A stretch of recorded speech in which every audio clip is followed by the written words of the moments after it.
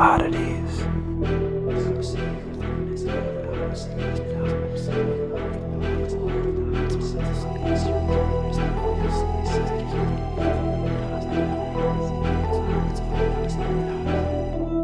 Stay strange.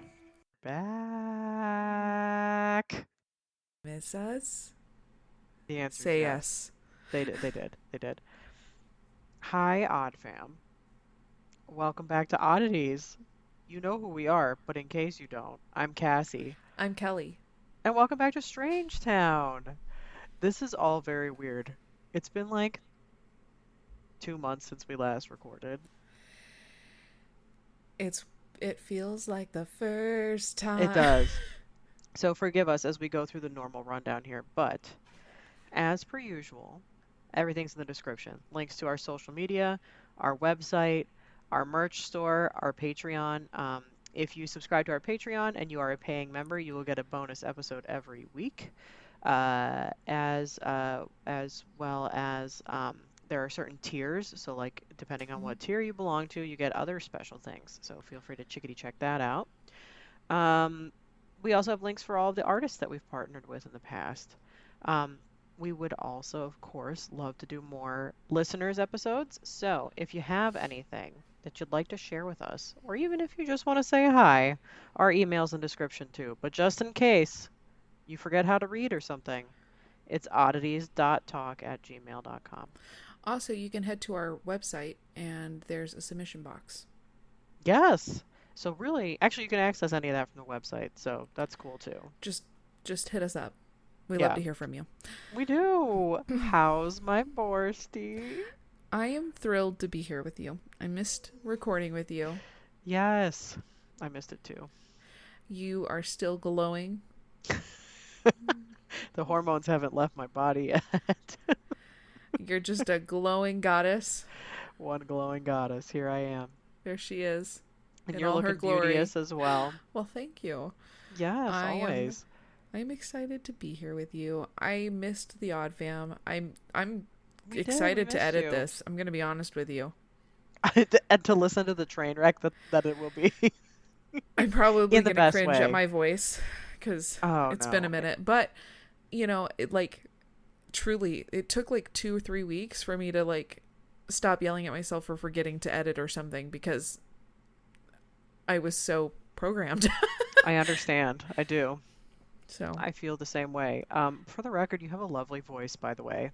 you have a lovely voice, but when you're editing, When you're holy editing, shit, you're like, why do I breathe so much? Holy shit, why do I sound like that? What is that noise? why am I allowed to speak? Yeah, that's exactly how it is. I feel that. I feel that in my soul. Um, how should we? Okay, do we want to start with how our breaks have been, or do we want to hit them with the news of what to expect? I guess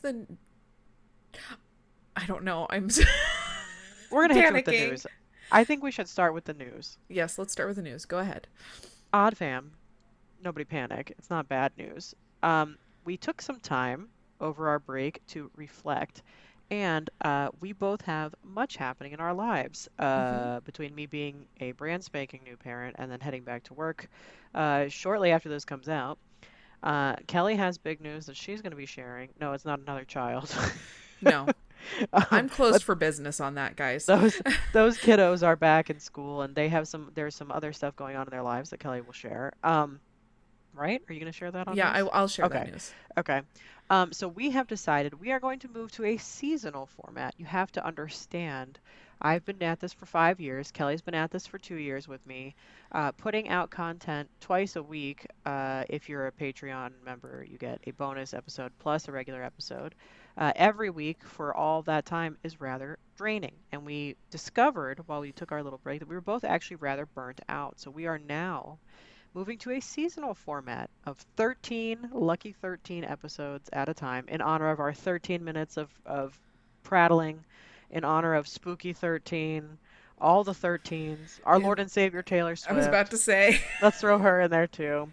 Um, Hey, speaking so of Taylor, congratulations. Continue. yeah, congrats, girl. Like that's a huge, huge fucking rock that you have. So good for you.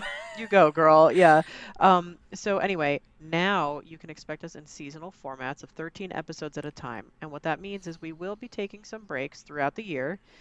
So we'll drop 13 episodes, not at once. It will be weekly for 13 weeks. Then we'll take like maybe a month or two off, and then we'll come back again. So that's how it's going to go. So you will not have us every week, full year round, because distance makes the heart grow fonder, question mark. But that's what you can expect from us now, and we're really excited about it. Yeah, I think it's gonna bring all of us closer. We're holding your hands through your headphones. Isn't that spooky? Do you feel the ghostly hug from us? We're all gonna frolic into the sunset together. It's all gonna be like very fun and cool and funky and fresh. Yep. That's what we're here for. That's what we're here for, kids. So that's what you can expect moving forward. Now, how's my borsty? I am doing well. I have some exciting news that we received just this week. I'm so excited for you. You have to leave that in for everybody's ears. It's staying in. Your girl is moving out of the desert. Bye. And going straight up to Hoa, Hoa, Hoa land. Hoa, Hoa, Hoa, Hoa. That's right. Yep. The land of Edward Cullen. Yep. My husband received an amazing job, and we are relocating. So that is going to be the next few months of my life. Yay. And bear with me, because my brain is probably going to be scrambled. I don't know what to tell you. Pacific Northwest, here we come. You're going to wear so much flannel, so much LL Bean, so many cute rain boots. I'm so psyched. You need like one of those fun little yellow rain slickers. Oh, yeah. Oh my God, I'm going to be such a tourist when I come to see your ass. And then we're going to hunt Bigfoot. I mean, not like hunt, but we're going to hunt and look for Bigfoot. We want to get a selfie. That's what we want. Yeah, snugs with Bigfoot. And then we're going to visit Forks for Hoa Hoa sessions. Mm-hmm. Oh my God. I couldn't be happier for you guys. This is going to be amazing. And it's going to rain all the time. I know. I'm so excited. And like I believe I told this to you. If I didn't, then I hallucinated. Shocker. Fun. When my husband and I first got married, this was a dream of ours to live in the Pacific Northwest. We're going to be celebrating 12 years of marriage in December, and like time flies. I got emotional thinking like, whoa, it's happening. Like, look, our dream is happening, and I'm very excited about this, and I think it's going to be great for our family. So I'm thrilled. I'm thrilled for you guys, and I can't wait to come visit. And it's all a sleigh all around. Fantastic. Snaps. And yes, you did tell me that, and I love it for you guys. That is the best news. Thanks, Vashti. The other good news is I survived childbirth. Yes. This is not my ghost speaking. I am not just speaking to the abyss. No. The void. I don't know. The void. Although I spend most of my days feeling like I'm in the void, but here we are. Yeah, here we are. That's life. Parenthood's the coolest. I have a son. He's like the cutest. Radical dadical. I love him. He's adorable. I might be biased, but I'm actually not because he's so cute. The name, I'm not sharing, but it's a good one. We feel good about it. I might be biased here, but Cassie, you might want to consult her for naming your child. I might be like damn good at it. You might like want to go into business on this, Cassie. Listen, anybody's just trying to make a bank all the time. Like, I'm so here for it. I will name your child for you. Just say the word. Yeah, she's kind of a superstar. Just throwing that out there. Pretty sure I can perform blessings too, since I'm ordained. So like I can name your child. Actually, right? So we can. Both of us come for bless the record, up the child. Yeah. If you happen to write any Supreme Court member, you can actually sign it. Minister. Oh, now I know. I might as well just sign everything minister. Like my emails at work. Minister. It's not even Cassie anymore. It's just minister. That's what it's going to be. the reverend. Yeah, you can sign it reverend, minister, pastor. I don't think you can actually. Yeah. Um, so parenthood is the coolest. If anybody out there is afraid to have kids because everybody shit talks having kids all the time, just want to let you know that it's not the horror show that everybody makes it out to be, and it's the bomb. And I'm having a great time on maternity leave, just saying. And that's saying something because we live in the US and maternity leave is bullshit here. Yeah, it actually is. So I'm just putting that out there. So yeah, my son is the coolest. I He's the had a best little C-section. buddy.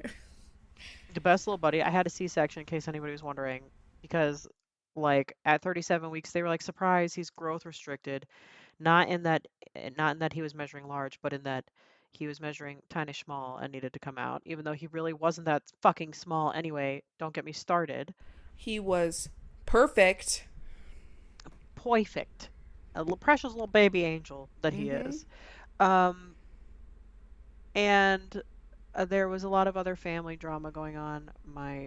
We've been navigating some illness with my dad. Part of it's resolved. Part of it we're figuring out next steps.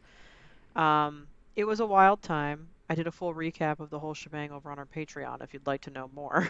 Yeah, subscribe to find out. You can subscribe for like 1 month and then cancel if you want. Like for as low as $1. For as low as $1, you can know kids. The family drama. You can. And but I have to say, I'm thriving. And surviving. And surviving. And we're all having a good time. Thank you, Queen. I'm actually trying some new skincare, so perhaps that's what it is. You're looking flawless. If only they knew. Thank you. Thank you so much. And I have to say, the alcohol post-pregnancy slaps. It's really great because I went to a wedding recently and I only needed like 2 drinks to be good for the whole night because my tolerance is gone. Yeah, that's a thing. Love that for me.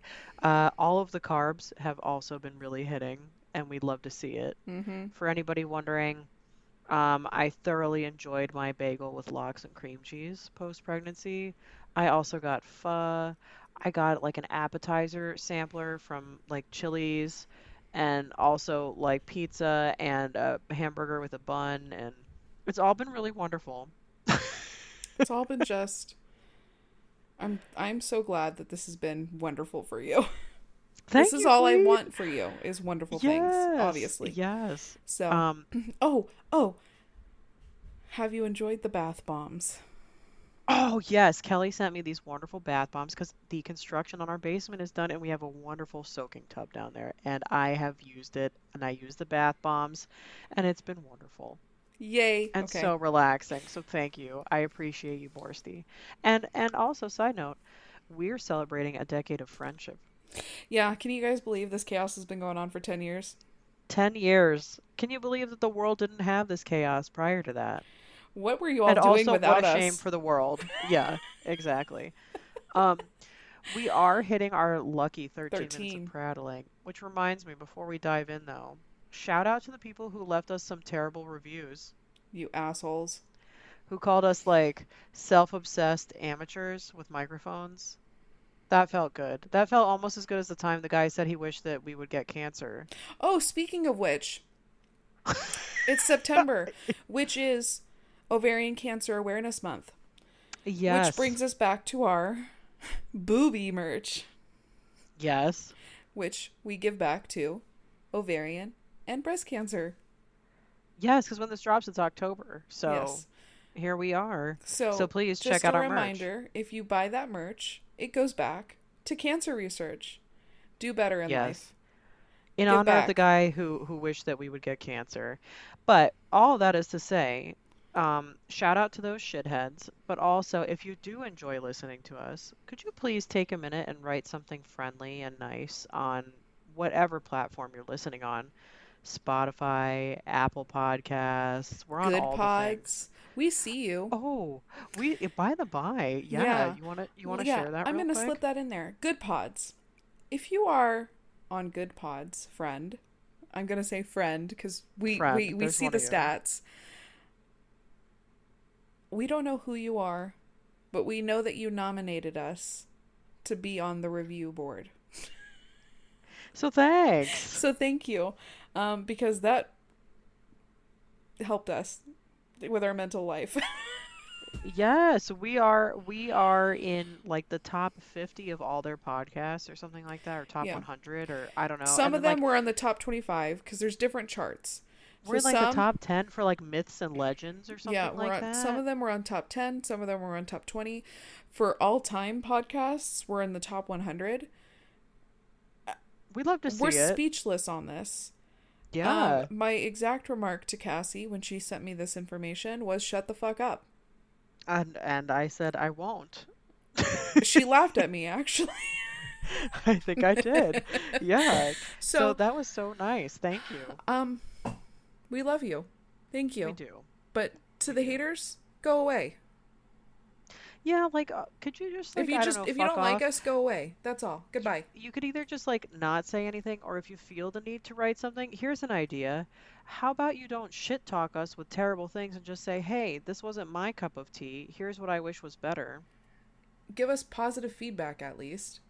Yeah, you don't need to be fucking assholes about it. So, thanks. Goodbye. Anyway. Anyways, my topic today is a wee bit Yeah. short, but I've been very excited about it. Okay, I'm How? sweating. Do you want me to go first? Yes. Oh, okay. I'm talking about the Janet Airlines. Oh, yes, that's right. You mentioned this. Okay. Yeah. Fucking I'm So, so excited. Janet, like, that's so random, right? Why would such a familiar name be called an airline? Well, All I think of is the good place.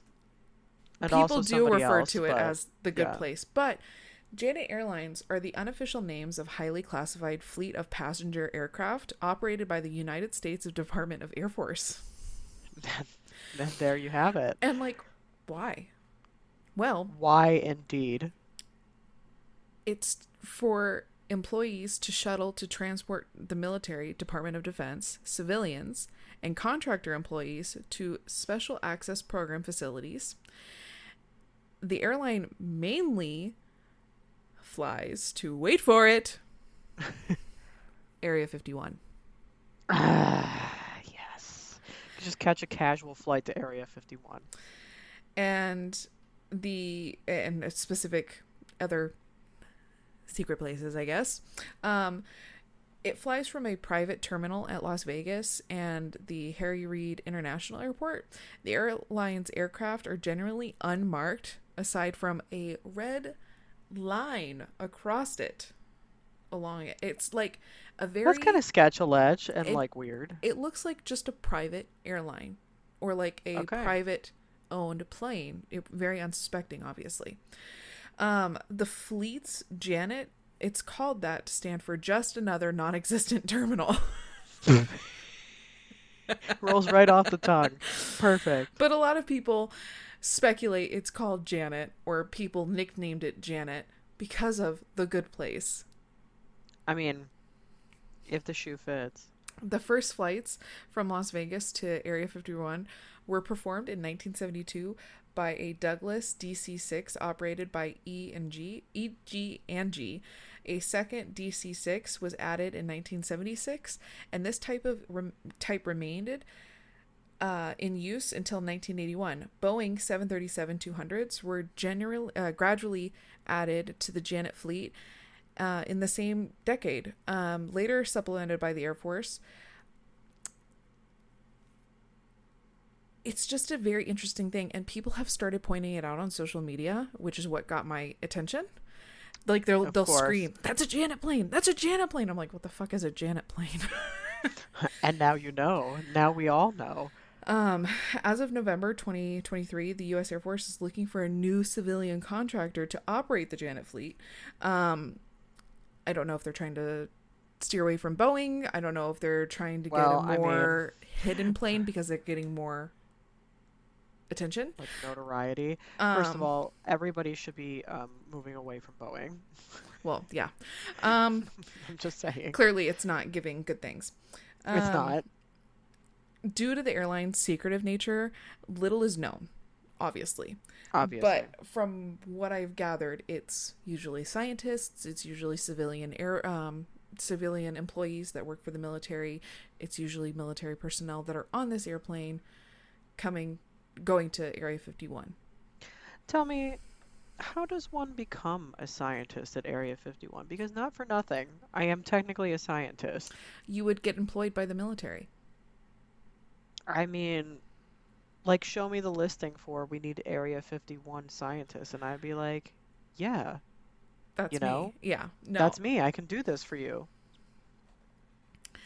Um, Due to the secrecy, Janet Airline boards at a standalone terminal on the west side of the Harry Reid International Airport. I So a like how it's private got its own, terminal. just like, right, it's just like its own little. Do you think Um, they have like a cool lounge? I bet you it's oh, alien themed. I guarantee it is. It's Because, gotta like, be. they've got to be humorous about this, right?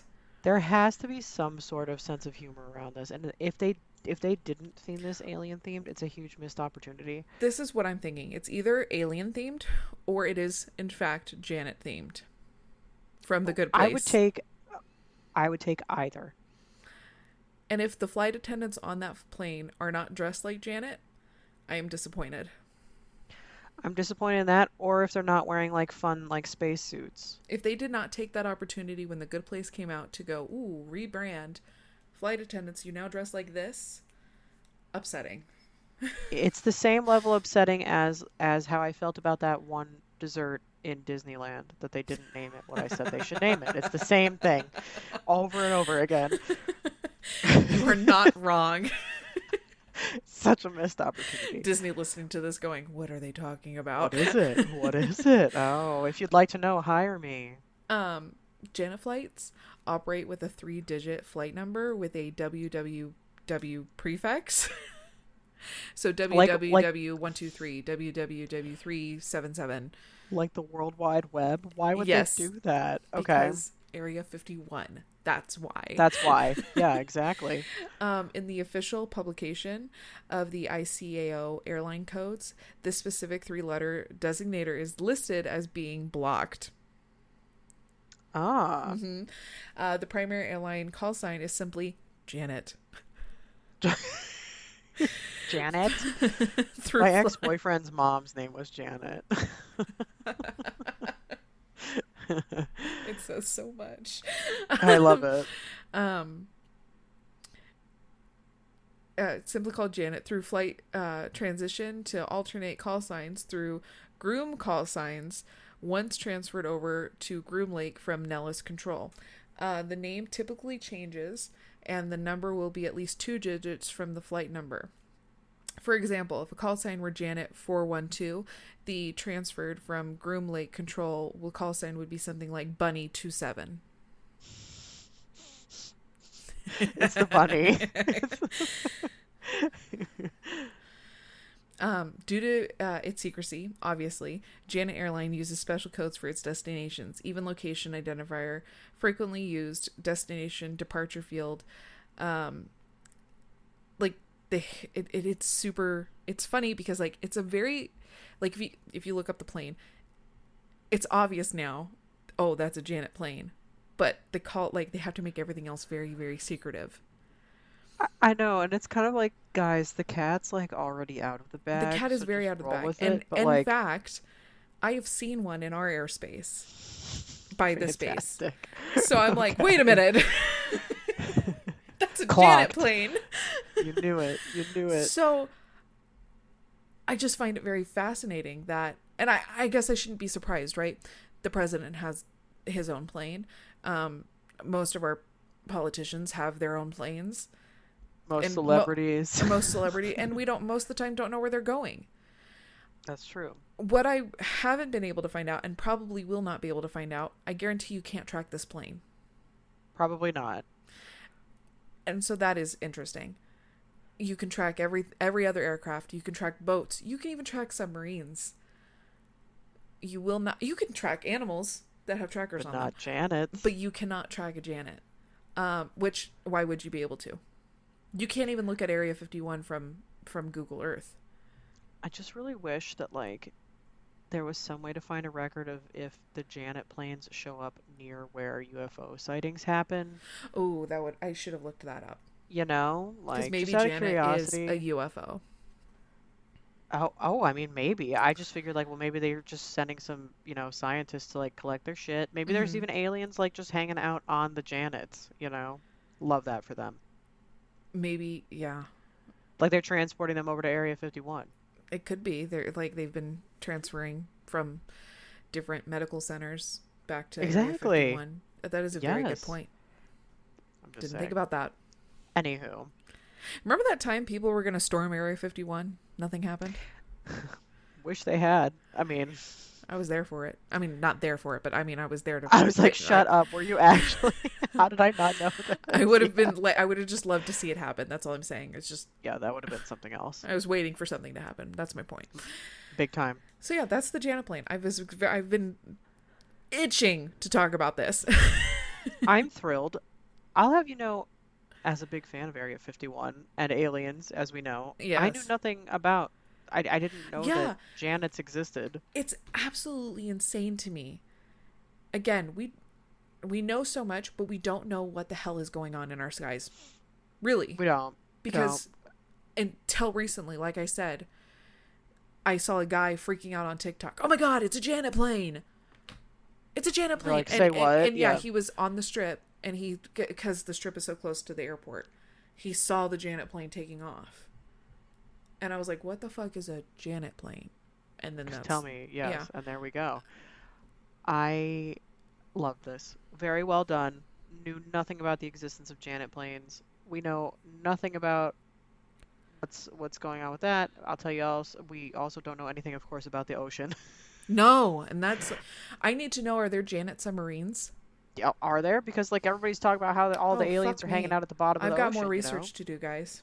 I'll be Here back. comes part two. Part two. Janet boats. Janet subs. Yep. Well done. So there you have it. Horsey. What a great topic to come back with. Thank you. Mine is 0% related to this. It actually, I researched this prior to our, excuse me, prior to our break. Um, it's a little bit of weird history for us. Hell yeah. I today will be sharing the little told story of how the U.S. government poisoned alcohol during the Prohibition with deadly consequences. Fucking of course they did. Classic, Classic U.S. government. classic party poopers. The fun police have entered the chat. Mhm. Whatever. Christmas Eve, 1926. I remember it well. Yeah. Takes me right back. The streets are all glittery with snow and lights and what have you. A man, terrified of Santa Claus, stumbles into an emergency room at New York City's Bellevue Hospital. Oh. Okay. And he's flushed and he's gasping with fear. Santa Claus, he kept telling the nurses, was just behind him wielding a baseball bat. Well, So, clearly you were a naughty boy. first of all, this is the plot to a horror movie that I would watch immediately. Immediately. So fast. Immediately. Popcorn and candy in hand. Like, not even questioning it. So before hospital staff realized how sick he was, because it was an alcohol-induced hallucination, which was just a symptom of his overall illness that he was dealing with, he died. And so did another holiday party goer, and another. And as dusk fell on Christmas, 1926, the hospital staff tallies up more than 60 people made desperately ill by alcohol and 8 dead from it. And then within the next 2 days after that, another 23 people die in the city from celebrating the season. Like, whatever. Doctors were accustomed to alcohol poisoning by then. The routine of life in the Prohibition era was basically like, bootlegged whiskeys, so-called gins. They usually made people sick. The liquor produced in hidden stills frequently came tainted with metals, other impurities, what have you. But this outbreak was bizarrely different. The deaths, as investigators would surely realize, came courtesy of, drumroll, the U.S. government. So actually, I guess this does kind of tie in with your topic. Yep. Like to a degree, right? I love that for us. Yeah, me too. Okay, so frustrated that people continued to consume like so much alcohol even though it was banned, federal officials were like, let's just poison this shit. They were like, this is a different kind of enforcement. What could possibly go wrong? What really could go wrong? everything. Like, Killing everyone. the Dumbasses. level of brilliance through the roof, obviously. So they ordered the poisoning of industrial alcohols manufactured in the United States. These were products regularly stolen by bootleggers and then resold as drinkable spirits because everybody's just trying to get that bag. Okay. Okay, so the idea was to scare people into giving up illicit drinking. And instead, by the time Prohibition ends in 1933, the federal poisoning program, by some estimates, had killed at least 10,000 people. Oh my God. Tell me, why is this not in history books? Because the government doesn't want to. And there it is. Why Exactly. would the government even remotely say, yeah, we have blood on our hands? Yeah, we We did can't that. have No, they're that. not gonna. They're not gonna own up to that shit. No, we can't have that. Although mostly forgotten today, the Chemists' War of Prohibition, as some people refer to it as, which, by the way, coolest name, love it.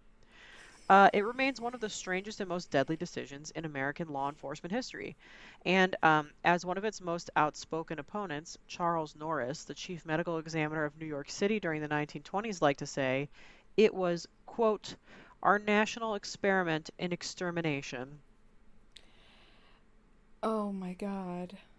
Poisonous alcohol still kills. Like, it still happens. Like, 16 people died relatively recently after drinking alcohol that was like laced in Indonesia. A lot of bootleggers there tend to make their own brews to avoid like steep taxes associated with it, but that's due to like unscrupulous businessmen rather than like a government order in that Yeah. case. But anyway, there's this book that I read in college as part of my thesis that I wrote, and it was called The Poisoner's Handbook. Um, excellent, excellent book, by the way. If anybody's looking for something, it's really great history. It's a lot of really interesting scientific information. It's really, really excellent. But anyway, that's how I first heard about this program, um, which is like the fact that it's part of our history is not surprising to me, but it's also insane at the same time when you think about it for too long. Yeah. But like I mean, there's also like other examples of similar things happening in the past. Like in the 70s, the US government decided controversially to spray Mexican marijuana fields with paraquat, which was an herbicide. Its use was primarily intended to destroy crops, but government officials also insisted that awareness of the toxin would deter marijuana smokers. And they echoed the official position of the 1920s. If some citizens ended up poisoned, well, too bad. Like, this is like you know how I sometimes say like play stupid games, win stupid prizes. This is like Yep. this is like the most extreme form of it. This is top prize. Yeah. Yeah. Although Paraquat wasn't all that toxic, the outcry still forced the government to drop the plan. But still, the incident created this like unsurprising lack of trust in government motives, which reveals itself in the occasional rumors that circulate today of federal agencies, like mixing poison into illegal drug supplies. However, back to the prohibition. An official sense of higher purpose kept the poisoning program in place, so the Chicago Tribune wrote in 1927, quote, normally no American government would engage in such business. It is only in the curious fanaticism of prohibition that any means, however barbarous, are considered justified. And then others at the same time accused lawmakers opposed to the poisoning plan of being in cahoots with criminals and argued that bootleggers and their law-breaking alcoholic customers deserved no sympathy. Um, and the saga began with the ratification of the 18th Amendment, which banned the manufacture, sale, or transportation of alcoholic beverages in the U.S. And so high-minded like crusaders against this and anti-alcohol organizations that helped push the amendment through in 1919 played on fears of moral decay in a country just emerging from war. There was the Volstead Act, which spelled out the rules for enforcement, passed shortly after, and the prohibition itself went into effect on January 1st, 1920. But people were like, all right, we're still gonna like drink and party and in large quantities. And so alcoholism rates actually soared in response to this in the 1920s. Insurance companies charted the increase at more than 300%. Speakeasies promptly opened for business. By the decade's end, some 30,000 existed in New York City alone, which is crazy. Mm-hmm. Street gangs grew into bootlegging empires built on smuggling, stealing, manufacturing like this illegal alcohol, and the country's defiant response to the new laws shocked those who sincerely and pretty naively, I would add, believed that the amendment would usher in a new era of like upstanding, upright behavior or whatever. So like rigorous enforcement had managed to slow the smuggling of alcohol from Canada and other countries, but the crime syndicates responded by basically stealing massive quantities of industrial alcohol used in paints and solvents, fuels, medical supplies, and then they redistilled it to make it consumable, kind of. Industrial alcohol is basically grain alcohol with like some unpleasant chemicals mixed in to Yeah. render it undrinkable. The US government started requiring this like denaturing process in 1906 for manufacturers who wanted to avoid the taxes levied on drinkable spirits. And the U.S. Treasury Department, charged with overseeing alcohol enforcement, estimated that by the mid 1920s, some 60 million gallons of industrial alcohol were stolen annually to supply Mm. like people drinking it illegally. And so, in response, in 1926, Calvin Coolidge, the government decides to turn to chemistry as an enforcement tool, and some 70 denaturing formulas existed by the 1920s. Most simply added poisonous methyl alcohol into the mix. Others used bitter tasting compounds that were less lethal but designed to make the alcohol taste so terrible that people didn't want to drink it. I mean, like spoiler alert, alcohol kind of tastes like shit anyway. Yeah. So, If somebody wants to anywho, drink, they're gonna drink. That's they're the gonna bottom do it line. like Yeah. whatever. So, to sell the stolen industrial alcohol, liquor syndicates employed chemists to renature, quote unquote, the products, returning them to a supposedly drinkable state. And the bootleggers paid their chemists a lot more than the government did, and they excelled at their job. The chemists were like, yeah, like made, the highest bidder win type of thing. Stolen and redistilled alcohol became the primary source of liquor in the country at the time, and so federal officials ordered manufacturers to make their products much more deadly. And by mid 1927, the new denaturing formulas included like notable poisons: kerosene, brucine, which is a plant alkaloid closely related to strychnine, gasoline, benzene, cadmium, iodine, zinc, mercury salts, ether, formaldehyde, chloroform, camphor. Like it goes on and on. It's a really like a significant list of shit. And the Treasury Department also demanded more methyl alcohol be added, up to 10% of the total product. And it was like that right there that actually proved to be the most deadly. And the Mm-hmm. results were immediate, starting with that terrible holiday incident in the closing days of 1926. And public health officials responded with, supposed shock. And it says the government knows it is not stopping drinking by putting poison in alcohol. That's what the medical examiner Charles Norris said at an organized press conference. And then he goes on to say, yet it continues its poisoning process, heedless of the fact that people determined to drink are daily absorbing that poison. Knowing this to be true, the U.S. government must be charged with a more moral responsibility for the deaths that poisoned liquor causes, although it cannot be held legally responsible. And so his department goes ahead and they issue warnings to citizens. They detail the dangers in especially the whiskey that was circulating in the city. So far as to say, practically all the liquor that is sold in New York today is toxic, which was a 1928 alert that was sent out. He publicized every death that came across his tables by alcohol poisoning. He Could you assigned his imagine tox. getting that alert though? I know, right? Like this guy It's didn't give any poison. fucks. He was like, by the by, everything's poisoned.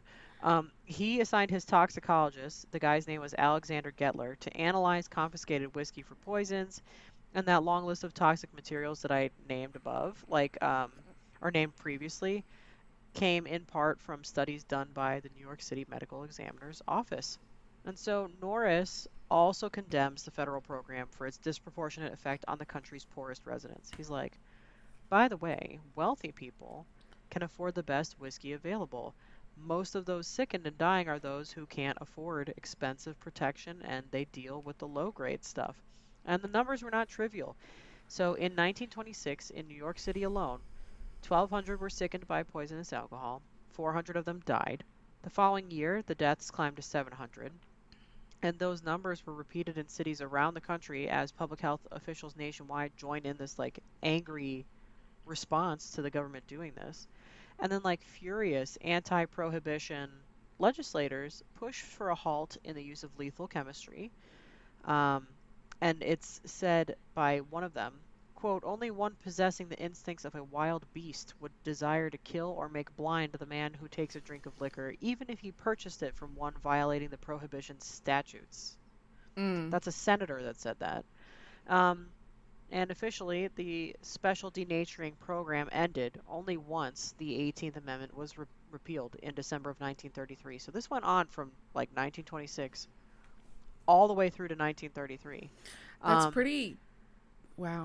Wow. Yeah, I mean, the heaviest duty part of it, if we're really looking at the quote unquote chemists' war, faded a little bit before then. Like, slowly, government officials they stopped talking about it. Um, but it was still kind of like happening.